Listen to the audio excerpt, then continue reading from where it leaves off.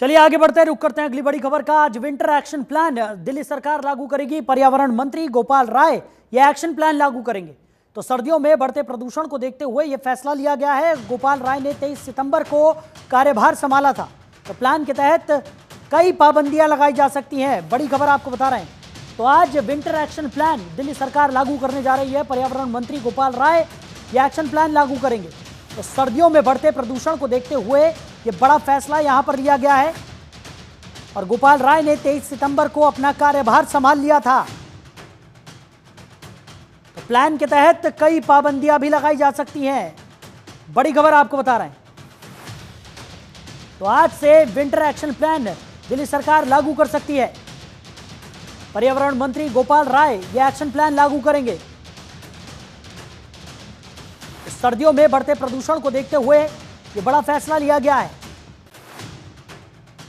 गोपाल राय ने 23 सितंबर को अपना कार्यभार संभाला था और बताया जा रहा है कि विंटर एक्शन प्लान के तहत कई पाबंदियां भी लगाई जा सकती हैं।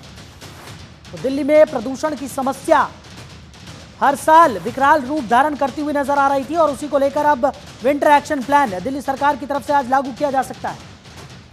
खबर पर ज्यादा जानकारी के साथ हमारे सहयोगी नमित त्यागी हमारे साथ जुड़ गए।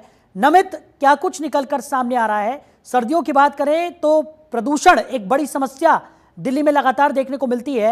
अब इस बार विंटर एक्शन प्लान को लागू करने की जो कवायद है वो तेज होती हुई नजर आ रही है। आज ये प्लान लागू किया जा सकता है। गोपाल राय इस प्लान को लागू कर सकते हैं। क्या कुछ जानकारी मिल पा रही है? किस तरीके की पाबंदियां लगाई जा सकती हैं? देखिए, बिल्कुल निश्चित तौर पर सर्दियों के मौसम में दिल्ली के अंदर जो एयर पोल्यूशन है वो काफ़ी ज़्यादा बढ़ जाता है, जिसको लेकर कंट्रोल करने के लिए दिल्ली सरकार जो है वो लगातार कई फैसले ले रही है। जिसको लेकर आज जो दिल्ली के पर्यावरण मंत्री हैं गोपाल राय, वो आज 12 बजे प्रेस कॉन्फ्रेंस करेंगे और उसमें विंटर एक्शन प्लान का जो ऐलान है वो किया जाएगा। और उसमें विंटर एक्शन प्लान में जो कई पाबंदियां हैं वो दिल्ली के अंदर आने वाले समय में लग सकती हैं, चाहे उसमें ऑफिस जाने को लेकर टाइमिंग के अंदर बदलाव की बात करें या फिर दिल्ली के अंदर जो कंस्ट्रक्शन का वर्क होता है उस पर रोक लगाने की बात भी कही जा सकती है। साथ ही साथ जो ओड और इवन का फॉर्मूला दिल्ली सरकार कई साल पहले दिल्ली के अंदर लेकर आई थी उस पर भी सरकार विचार कर सकती है। साथ ही साथ जो पिछले साल दिल्ली में कैंपेन चलाया गया था पर्यावरण विभाग की तरफ से, रेड लाइट ऑन तो गाड़ी ऑफ, यानी कि अगर आपकी जो गाड़ी है वो रेड लाइट पर रुकती है तो आपकी गाड़ी को ऑफ करना पड़ेगा। उससे न केवल आपका डीजल की बचत होगी, पेट्रोल की बचत होगी, बल्कि जो एयर पोल्यूशन होता है उसमें भी गिरावट आएगी। तो ऐसे में तमाम विंटर एक्शन प्लान से पहले पर्यावरण विभाग की तरफ से कई विभागों के साथ बैठकें की गई, उनसे विचार लिए गए कि आखिर किस किस तरीके से क्या क्या उपाय जो हैं वो दिल्ली के अंदर प्रदूषण को कम करने के लिए किए जा सकते हैं। इससे पहले तकरीबन 3 से 4 बैठकें जो हैं वो गोपाल राय सभी विभागों के साथ कर चुके हैं। और इससे पहले हमने देखा कि परसों ही गोपाल राय ने दोबारा पर्यावरण मंत्री के तौर पर अपना कार्यभार संभाला और आज दोपहर 12 बजे दिल्ली सचिवालय के मीडिया सेंटर में Gopal Rai winter action plan को पेश करेंगे। नमित, अगर पिछले सालों की बात करें तो हमने देखा है कि एयर पोल्यूशन को लेकर दिल्ली सरकार की काफ़ी किरकिरी भी हुई है और लगातार सवालिया निशान यहाँ पर विपक्षी दलों की तरफ से खड़े करे जाते रहे हैं।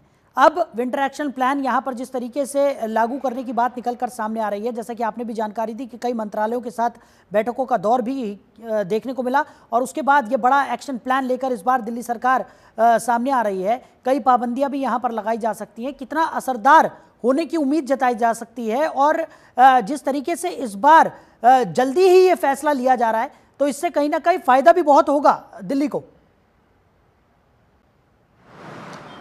देखिए, बिल्कुल निश्चित तौर पर हर बार दिल्ली सरकार के ऊपर बीजेपी आरोप लगाती है कि आखिर विंटर एक्शन प्लान आखिर लेट क्यों लाया जाता है। जब दिल्ली के अंदर प्रदूषण बढ़ जाता है उसी वक्त आखिर सरकार की नींद क्यों जागती है। यही वजह है कि इस बार जो है सरकार पहले से ही एक्टिव है और इससे पहले यानी कि अभी नवंबर और दिसंबर के महीने में जो एयर क्वालिटी इंडेक्स है वो दिल्ली के कई इलाकों के अंदर काफ़ी ज़्यादा बढ़ जाता है। कई जगह तो हम देखते हैं कि 400, 450, 500 के करीब एयर क्वालिटी इंडेक्स यानी कि AQI लेवल जो दिल्ली के अंदर पहुंच जाता है उसको कंट्रोल करने के लिए पर्यावरण मंत्री गोपाल राय ने पहले से ही जो है कई विभागों के साथ बैठक की है और इसमें जो विचार लिए गए हैं उन सभी को मिलाकर आज जो विंटर एक्शन प्लान है उसकी घोषणा की जाएगी। हालांकि दूसरी बात यह भी है कि जो दिल्ली से सटे हुए राज्य हैं, चाहे उसमें उत्तर प्रदेश का नोएडा हो या फिर हरियाणा का गुरुग्राम हो, वहां पर भी ये नियम लागू होने चाहिए, क्योंकि न केवल दिल्ली के अंदर जो वाहन चलते हैं उससे AQI लेवल बढ़ता है, बल्कि जो दिल्ली के पड़ोसी राज्य हैं वहाँ पर भी अगर कुछ पाबंदियां लगती हैं